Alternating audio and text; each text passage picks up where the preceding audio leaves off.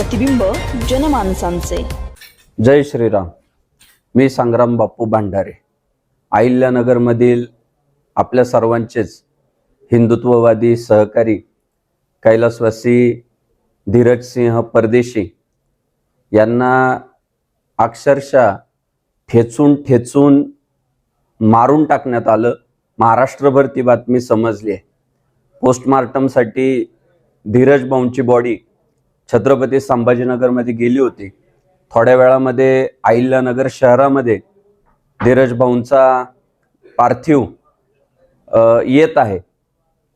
मी अंत्यविधीसाठी इकडे आलेलो आहे, पण अशा किती हिंदुत्ववादी आपल्या सहकाऱ्यांना जिहादचं शिकार व्हावं लागणार आहे।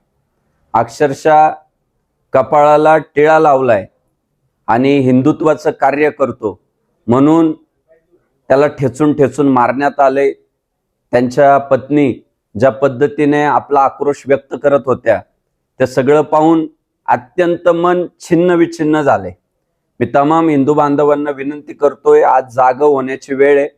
सर्वांनी अहिल्यानगर शहरामध्ये उपस्थित झालं पाहिजे। या घटनेचा तीव्र निषेध व्यक्त केला पाहिजे। आम्ही सगळेच सहभागी झालोय। ते जे कोण जिहादी प्रवृत्तीचे सगळेच आरोपी आहेत यांचं नामो निशान संपवलं पाहिजे।